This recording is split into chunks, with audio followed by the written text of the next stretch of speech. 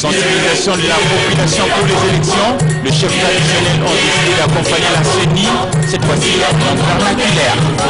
Entraînant le journal Merci Job.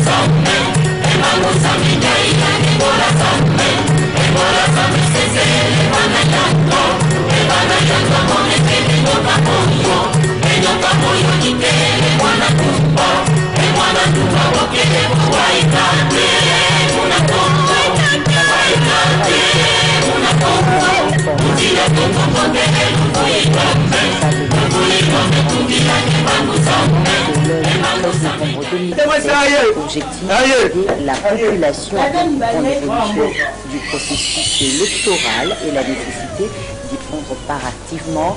Eric Izami, Blaise Bunda. Ici. Ils détiennent le pouvoir ancestral. Le chef coutumier ont été eux aussi associés lundi 13 novembre 2017 au processus électoral. Au siège de la centrale électorale, ils ont discuté et échangé avec les responsables de la CENI. Les deux parties sont tombés d'accord qu'un processus ne peut réussir que si la communication est assurée avec sincérité et surtout en langue vernaculaire. Nous suivons très bien tout ce qu'il faut. Nous écoutons les acteurs politiques qui sont positifs, mais nous, le pouvoir coutumier, nous souhaitons sincèrement que tout se passe dans la paix et la sérénité. Et que la CENI trouve le moyen d'écouter les autres aussi, mais que nous devons aller de l'avant. Les élections auront bel et bien lieu dans ce pays. Ils ont en effet pris l'engagement de sensibiliser les communautés à la base. On nous a associés afin que nous, les coutumiers, nous puissions communiquer aux chefs de chefferie à l'intérieur, aux chefs de groupement et aux chefs de village qu'il faut aller de l'avant, mais dans la paix et la sérénité. Il faut dire que les chefs coutumiers ont été d'un apport appréciable dans la résolution des conflits au Kasaï. Résolution qui a conduit à faciliter l'enrôlement des électeurs au Kasaï, Kasaï central et les deux territoires de Luelu et Kamiji de la province de la Lomami. Et justement, le calendrier électoral publié a peu continue à faire coller beaucoup d'entre la presse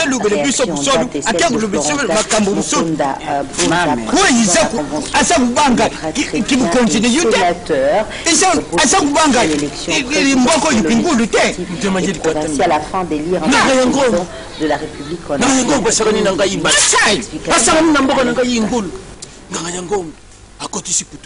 Comment faire en sorte que les élections se tiennent effectivement le 18 en l'air pour avoir un processus électoral consensuel et apaisé? Il y a eu des propositions pour un calendrier alternatif. Le président de la Convention des démocrates chrétiens, le sénateur Florentin Mokonda, estime qu'il y a lieu de révisiter l'accord de la Sylvestre pour être plus pragmatique. La proposition que j'ai formulée il y a déjà à peu près 3 semaines, la SENCO reconvoquer les 32 délégués signataires de l'accord de la Sylvestre pour les élections et privilégier l'élection présidentielle. Parce qu'aujourd'hui, la crise politique, c'est essentiellement au sommet de l'État. J'avais proposé avril 2018, parce que c'est plus facile d'organiser l'élection présidentielle.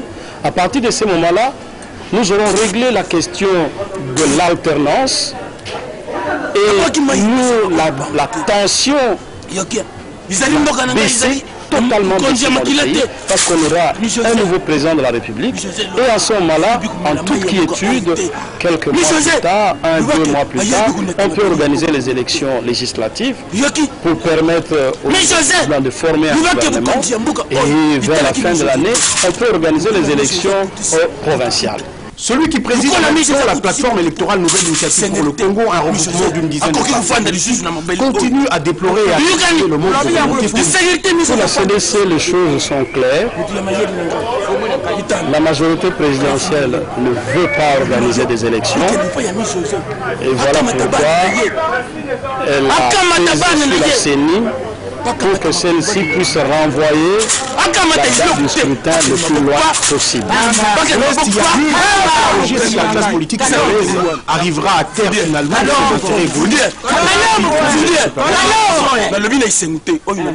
et puis encore les avis des uns et des autres divergent autour de la matérialisation de ce document, à savoir le calendrier électoral, surtout qu'on sait que le Parlement, la loi électorale n'a pas encore été approuvée par le Parlement. Le commentaire est de Patrick Fantastique. La décision numéro 65 de l'autorité électorale en RD Congo en date du 5 novembre 2017 portant publication du calendrier électoral suscite beaucoup de commentaires et réactions. Si pour les électeurs produits par la CENI fixe déjà les caps pour les élections en RD Congo, les autres par contre rejettent en bloc ce calendrier en raison des nombreuses contraintes qui l'entourent et surtout de la longue durée des jours pour arriver au scrutin. En jetant un coup d'œil à ces calendriers, la CENI propose 90 jours, soit du 1er juillet au 28 septembre 2018 pour l'enrôlement des Congolais vivant à l'étranger. 7. Les droits de vote étant reconnus à tous les citoyens congolais du territoire national et à diaspora, les nombreux observateurs des événements politiques ainsi que les spécialistes des élections estiment que cette opération aura du mal à se réaliser compte tenu d'abord des difficultés techniques qu'aura la CENI à déployer les matériels à travers la diaspora congolaise. Il est aujourd'hui très difficile d'évaluer statistiquement le nombre de Congolais vivant à l'étranger. Le coût de cette opération ainsi que les difficultés techniques prédisent déjà un lendemain très compliqué pour cette opération. Toujours dans ces mêmes documents produits par la CENI, du 15 novembre au 30 novembre 2017, soit durant ces jours, la CENI prévoit l'adoption de la loi portant organisation des élections présidentielles, législatives, provinciales, urbaines, municipales et locales. Jusqu'à présent, malgré la déclaration de Jean-Pierre Lissanga Bolanga, ministre d'État en charge des relations avec le Parlement, le projet de loi n'est pas encore déposé sur la table de l'Assemblée nationale. Mais on se souvient qu'en 2010, la même chambre basse a eu des pour changer le soit de 2 à 1 tour. C'est que l'exemple cité démontre à suffisance la fragilité de ces calendriers, d'où la nécessité de voir tous les partis jouer leur partition pour matérialiser ces calendriers.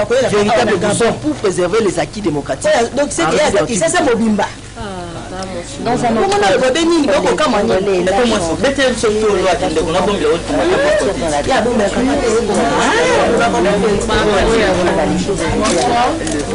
au Sénat, certains ont sauté pour favoriser l'investissement des nationaux. La plénière du Sénat pour cette loi importante dans l'alimentation du peuple avec Éric Izami et Blaise Lunda. Après avoir réussi par vote à faire sauter certains verrous, le Sénat a finalement voté lundi la loi sur l'agriculture.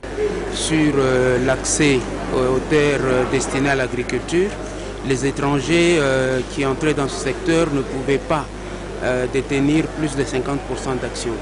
Donc la première des choses, c'est que nous avons fait sauter ce verrou et nous espérons qu'avec ce mécanisme, nous pourrons appeler davantage de capitaux frais dans le secteur. Un point d'honneur a été accordé aux investisseurs RD congolais qui pourraient avoir les possibilités financières pour ce faire. Deuxième chose que nous avons fait de plus importante, c'est de renforcer le mécanisme de financement des Congolais dans le secteur de l'agriculture, de sorte à ce que les Congolais puissent aussi être compétitifs dans ce secteur. Et nous avons ajouté une disposition très particulière, c'est celle qui oblige le gouvernement à prendre les mesures réglementaires en déant 6 mois. Toutes ces dispositions mises ensemble, nous visons à ce que, dans un délai assez court, le secteur puisse redécoller et que l'autosuffisance alimentaire puisse être atteinte. Dans un autre registre, la République d'Angola a soufflé sur sa 42e bougie d'indépendance le samedi 11 novembre 2017 à Kinshasa. Son ambassadeur Joao Manuel a organisé une soirée à laquelle plusieurs personnalités politiques et diplomatiques ont été conviées. C'était à Béatrice Hôtel en présence de Polydor Patrick Ngaziami et Blaise Lunda. Dans la salle Naomi de Béatrice Hôtel, toutes les dispositions étaient prises pour que la soirée organisée à l'occasion de la fête nationale de l'Angola se déroule sans encombre. en tenue de ville. Diplomates, représentants des institutions gouvernementales congolaises, représentants des confessions religieuses et plusieurs personnalités et membres de la communauté angolaise étaient venus répondre à l'invitation de José João Manuel, ambassadeur de la République d'Angola en RDC. Un seul point a marqué cette soirée, à savoir le discours de l'ambassadeur. Un discours dans lequel il a opposé les moments tortueux vécus par son pays aux efforts consentis pour la reconstruction des infrastructures en cours depuis la fin de la guerre. Aujourd'hui, a-t-il dit, l'Angola connaît d'autres développements et affronte de nouveaux défis, notamment celui de la diversification de son économie, et le pays va continuer à développer un ambitieux programme de développement dans le cadre du plan national de développement qui ira jusqu'à 2022. Évoquant le processus électoral qui a vu João Manuel Gonçalves Lourenço triompher et succéder à Eduardo dos Santos, l'ambassadeur João Manuel a fait savoir que les élections angolaises d'août dernier ont été considérées par les observateurs internationaux comme exemplaires, transparentes et participatives par le haut degré d'organisation et d'emploi des technologies de l'information. Et pendant tout le processus, les Angolais ont fait preuve de maturité politique, de patriotisme et de civisme élevé. João Manuel a ainsi ouvert une parenthèse pour saluer les autorités congolaises pour avoir fait un pas fondamental et décisif pour le déblocage et la résolution de l'actuelle crise politique que vit la RDC grâce à la publication par la CENI du calendrier électoral qui conduira à la réalisation des élections démocratiques en 2018. Parlant des relations entre les deux pays, relations qu'il a du reste qualifiées de bonnes et privilégiées, João Manuel a relevé qu'elles sont basées sur les liens historiques et de consanguinité, de fraternité, d'amitié et de bon voisinage entre les deux peuples avant même la colonisation. Cependant, a-t-il souligné, les relations de coopération économique et commerciale doivent être renforcées de manière à contribuer à l'agrandissement des deux pays. Les autorités de son pays sont très intéressées pour que cela s'accomplisse et elles promettent d'y travailler dans un avenir proche. Écho de nos frontières, plus de 30 morts et plusieurs blessés graves. C'est le bilan du déraillement d'un train à plus de 30 km de la ville de Lubudi dans la province du Lualaba. Timothée Prince Odia nous en parle. L'accident a eu lieu à Bouyofoué, une gare située à environ 30 km de Lubudi, dans la province du Lualaba. Selon la société civile locale, c'est un train de la Société nationale des chemins de fer qui transportait des marchandises en provenance de Lubumbashi vers Luena, avec à bord plusieurs passagers ayant pris place en cours de route. Un rescapé explique, sur une pente, la locomotive s'est emballée avant de finir sa course dans un ravin. Ces trains marchandises avaient une rame de 13 wagons, parmi lesquels des citernes d'essence. Lors de cet accident, les citernes n'ont pris feu en brûlant plusieurs passagers, ajoute la même personne. L'administrateur du territoire de Lubudi, que nous avons joué ce matin au téléphone, parle d'un bilan de plus de 30 morts, plusieurs blessés graves et légers. Le ministre des Transports et des Communications province du Lualaba, à la tête d'une délégation, séjourne depuis ce dimanche soir sur le lieu du drame pour évaluer le bilan. Les sources médicales de Lubudi affirment la plupart des blessés sont internés à l'hôpital et d'autres traînent encore à Bouyofoué, faute de moyens de locomotion. Les chefs de la gare du même village indiquent que le bilan avancé par l'administrateur du territoire pourra s'alourdir car d'autres corps sans vie seraient encore dans les décombres. Le porte-parole du gouvernement du Lualaba promet de se prononcer sur ce qu'il qualifie de tragédie dans les heures qui suivent pour fixer l'opinion. De la province du Lualaba cap vers celle de l'Équateur où il y a eu un nouveau comité provincial élu de la Croix-Rouge le week-end dernier. C'était à l'issue de l'Assemblée générale élective. Les détails avec notre correspondant sur place, José Mazao Soukouma. La Croix-Rouge province de l'Équateur a un nouveau comité élu conduit par Thomas Bokungu qui a succédé à ce poste Félicien Aboubambi qui n'a pas renouvelé sa candidature. C'était à l'issue d'une assemblée générale élective tenue ce vendredi 10 novembre 2017 au lycée Sangandoti de Mbandakade dans la commune de Wangata. Cette assemblée a eu lieu sous l'encadrement d'une délégation de la Croix-Rouge RDC venue de Kinshasa, conduite par les conseillers en charge des ressources de la Croix-Rouge, Mathieu Mosepoulou, qui explique la raison de son séjour. Le sentiment que nous avons, c'est le sentiment des gens, parce que nous avons pu organiser ces élections en dépit de quelques difficultés que nous avons rencontrées. Le travail et réunir autour de tous les volontaires de la Croix-Rouge Équateur n'a pas entendu les 50-50 horizon 2030 pour appliquer l'équilibre homme-femme. Dans les nouveaux comités, composés de 6 personnes, on y trouve 6 femmes, 6 hommes. Mbandaka, José Mazao Soukouma, Antenne A. Et en sport, après le match République démocratique du Congo-Guinée, comptant pour la dernière journée éliminatoire mondiale 2018, le président de la Fédération guinéenne de football, Amadou Diaby, s'est confié à la presse pour saluer le travail abattu par le sélectionneur Florent Ibenge ainsi que Constant Omari, président de la FECOFA. Ces propos ont été recueillis pour vous par Papi Katassi et Rigomolopo. Je rends hommage à ce grand monsieur Florent Ibenge, parce que vous savez, ni les prophètes chez lui, hein. Ibenge c'est un grand monsieur, c'est un grand homme. Ibenge est venu dans le football africain valoriser les noms des entraîneurs, les entraîneurs africains. Parce que vous savez, nous les fédérations, on avait toujours les tendances de dire que nous devons prendre toujours comment on appelle, les expatriés, dont je ne suis pas contre d'ailleurs, mais je crois que Ibenge, c'est l'homme qui est venu valoriser le football africain, local même. Et je lui tire le chapeau. C'est un grand entraîneur, ce monsieur. Quand vous regardez le bilan de Ibenge, vous ne pouvez pas me dire que je ne suis pas là pour défendre Ibenge, mais vous ne pouvez pas me dire que Ibenge n'a rien fait. Il a un bilan positif. C'est vrai que les faux pas peuvent se passer. Il n'a pas pu se qualifier pour la Coupe du Monde, mais ce n'est pas la fin du monde non plus. Moi, je crois que, quand je prends l'exemple, vous avez aujourd'hui à la CAF, le vice-président de la CAF aujourd'hui, c'est un de vous, Constant Omari. Mais la RDSA a une place, même à la FIFA. Mais pourquoi vous ne pouvez pas valoriser ça? Pourquoi vous ne pouvez pas savoir qu'aujourd'hui, vous avez le vice-président de la CAF, membre de commission permanente de la FIFA, c'est Constant Omari. Mais la RDC a l'honneur du football mondial. Il faut que vous acceptez ça parce que les Guinéens cherchent aussi à aller là où le Constant est. Moi-même qui suis là, je cherche à arriver là-bas. Le pays cherche à arriver là-bas. Mais pour la RDC, vous avez un Constant Omari qui est là. Mais acceptez, soutenez ces gens-là. Sport toujours, les travaux de construction du stade Kashala-Bonzola vont bon train à l'heure actuelle. On procède à la pose de la pelouse synthèse qui a démarré depuis dimanche 12 novembre 2017. Le gouverneur de la province du Kasaï oriental, Alphonse Ngoï Kassanji, suit pas à pas ces travaux. Suivez ce reportage de nos confrères de la RTOP Radio Télé Océan Pacifique ramené par James Katambwa. Le stade Kashala-Bonzola entame son dernier virage avant sa mise en service. Les travaux de pose du gazon synthétique ont débuté ce dimanche 12 novembre 2017 à Mbujimaï. Le gouvernement de province était régulier sur ce chantier tout le week-end pour s'assurer de l'exécution sans faille de ces travaux cruciaux de finissage.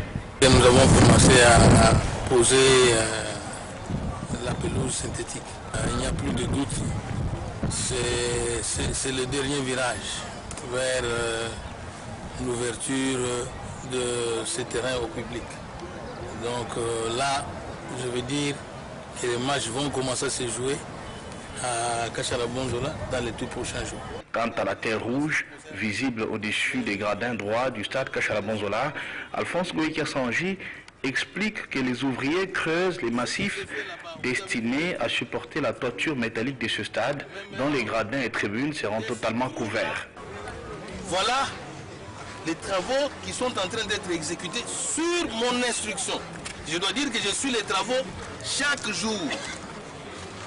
Donc les suivis et la coordination des travaux s'effectuent à mon niveau. L'agent d'exécution assure avoir tous les équipements à disposition pour ouvrir ce stade dans un très bref délai.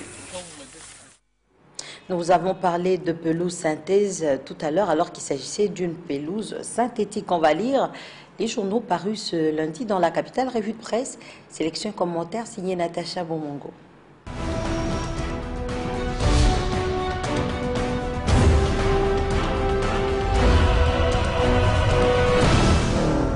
Ouvrons cette revue de presse par la prospérité qui titre « Monsengo, musicien, messe noire ou nouvelle stratégie ». Il n'a ni l'habitude ni la qualité de convoquer les artistes musiciens. Et pourtant, Laurent Monsengo Passigna, cardinal de son état et archevêque métropolitain de Kinshasa, a bel et bien franchi le Rubicon.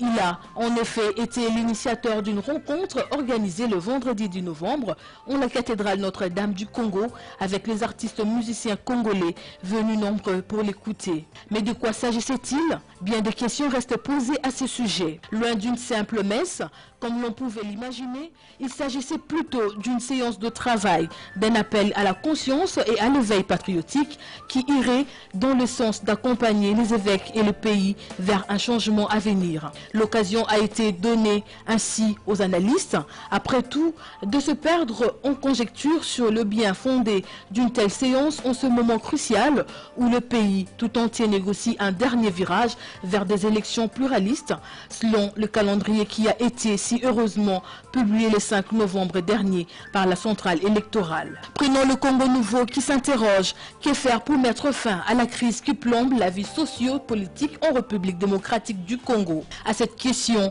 les responsables du parti politique Front de Libération Nationale du Congo, FLNC, proposent un plan de sortie des crises. Le FLNC propose une nouvelle architecture politique en RDC. Celle-ci serait pilotée par un haut conseil national de transition qui comprendrait un président et un vice-président, d'un haut cabinet de résolution réservé au président de la République honoraire, du Sénat, d'une Assemblée nationale, d'un gouvernement central. Les dirigeants du FLNC expliquent que cette architecture politique est le fruit d'une concertation de près d'une semaine. Cette rencontre, peut-on lire dans le document, avait réuni 1850 délégués. Ces derniers, affirme-t-on, au FLNC, avaient comme mission de parachever les travaux de la conférence nationale souveraine interrompue en 1992. Bonsoir et bon début de semaine à tous.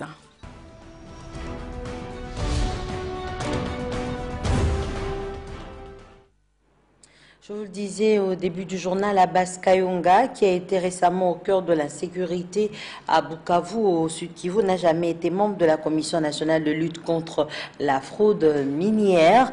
Pascal Niembo, coordonnateur de cette structure interministérielle, l'a dit au cours d'un point de presse qu'il a animé le week-end dernier. Occasion pour lui de réitérer la volonté de la CNFM de traquer tous les fraudeurs dans ce secteur. Page Magazine, signé Eric Izambi.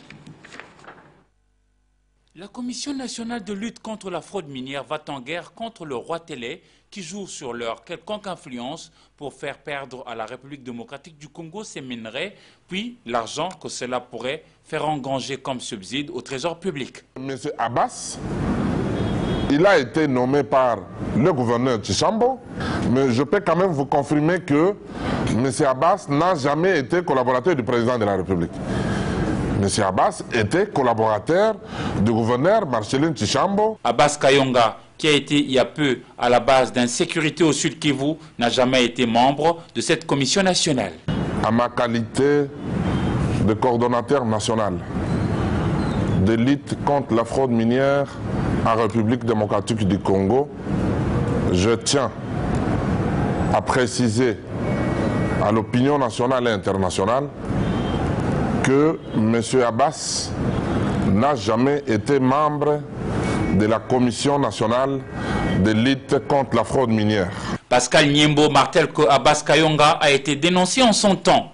Rappelé à Kinshasa pour être entendu, à l'époque, il était plutôt proche du gouverneur déchu au Sud Kivu, Marcelin Chisambo. Une façon d'avouer que la lutte menée par la Commission nationale de lutte contre la fraude minière trouve quelquefois aussi une résistance parfois entretenue par les autorités politico-administratives elles-mêmes. Lorsque nous luttons contre la fraude minière, parfois nous sommes confrontés au service de l'État congolais sur notre chemin. Vous savez qu'à nos frontières, il y a des services et parmi ces agents de l'État, il y a ceux qui facilitent la sortie frauduleuse de nos minéraux vers l'extérieur. C'est pourquoi d'ailleurs vous avez suivi lorsque nous avons arrêté le fraudeur de 22 camions au Katanga. Nous avons aussi arrêté les agents de l'État. La commission, a rappelé Pascal Niembo, a réussi à améliorer petit à petit les choses. Tenez, si en 2010, l'or exporté par la République démocratique du Congo a été évalué à 12 kilos pour le volet production artisanale, aujourd'hui, le pays en est à plus de 250 kg d'or l'an, car du côté industriel, la RDC exporte aujourd'hui plusieurs tonnes d'or, autant que pour les autres minerais. Moi, lorsque je suis arrivé aux affaires, la République démocratique du Congo exportait 12 kilos par an d'or de l'exploitation artisanale. Si vous entrez dans le site du CEC, vous allez constater que l'exploitation artisanale seulement nous ramène à plus de 270 kilos par an, en dehors de la production industrielle où nous parlons en termes de tonnes. C'est-à-dire l'exportation de Kibali Gold, de Namoya, de Twangiza, ça c'est en termes de tonnes. Mais l'exploitation artisanale qui cause problème, à l'époque on était à 12 kilos, aujourd'hui on est à plus de 270 kilos. Donc il y a quand même une évolution, sur base justement du travail de la Commission nationale de lutte contre la fraude minière. La Commission nationale de lutte contre la fraude minière a réussi à mettre la main sur un sujet français, Franck Ménard, qui s'adonnait à la vente des armes de guerre troquées contre le minerai. Il a été extradé pour être jugé en France chez lui. Qui faisait l'échange de l'or de la République démocratique du Congo et des armes. Lui, il amène les armes pour le compte des groupes armés et les groupes armés lui donnent l'or. Et il amène ça en Ouganda à cette raffinerie, à Gers. À ma qualité de coordonnateur national de lutte contre la fraude minière, j'ai ordonné son arrestation. Et nous l'avons interrogé ici à Kinshasa.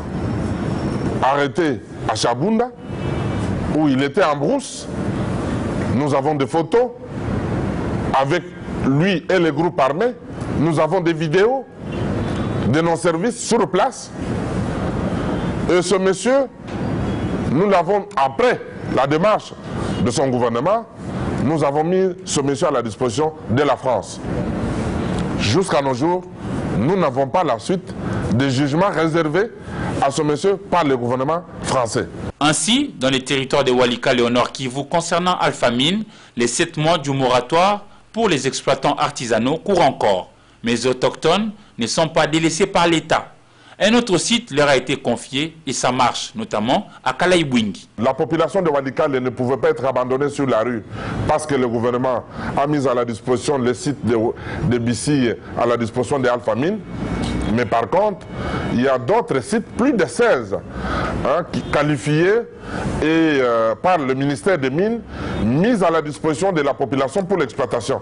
Ce qu'Alpha Mine doit faire, ce que nous l'avons exigé, c'est ouvrir la voie d'accès à ces sites à la population, faire de sorte qu'il y ait l'eau pour une sorte de tamisage de leurs minéraux et l'évacuation de ces minéraux vers Bukavu et Goma. C'est ce qui est en train de se faire.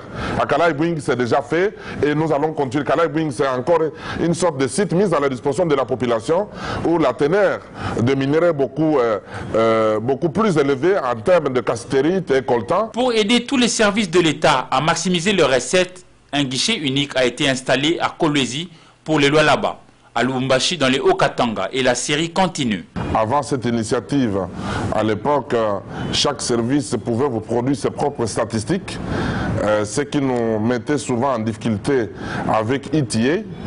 Mais aujourd'hui, nous allons avoir les mêmes statistiques d'exportation de nos minéraux. Ça, c'est la première des choses. On aura la capacité non seulement de tracer nos minéraux, mais de tracer aussi les recettes de l'État. La Commission nationale de lutte contre la fraude minière n'est pas contre le pays voisin, mais elle exhorte tous les Congolais à travailler de façon à favoriser l'exploitation légale, l'exportation dans les normes pour faire gagner au pays, la RDC, des devises profitables à la communauté. Et c'est par ici que nous mettons un terme à ce journal qui a eu pour chef d'édition Patricia Molengo. Molekuni, madame, monsieur, merci à vous tous qui nous avez suivis. N'oubliez pas, demain, 7h30, 10h, 12h, vous serez avec Papi Katassi pour l'information. À 16h, le journal en Lingala vous sera présenté par Paulin Kalamba. Moi, je retrouve à 19h avec le même plaisir. Entre-temps, restez branchés sur Antenne pour la suite de nos programmes. Paix dans vos murs. Bonsoir.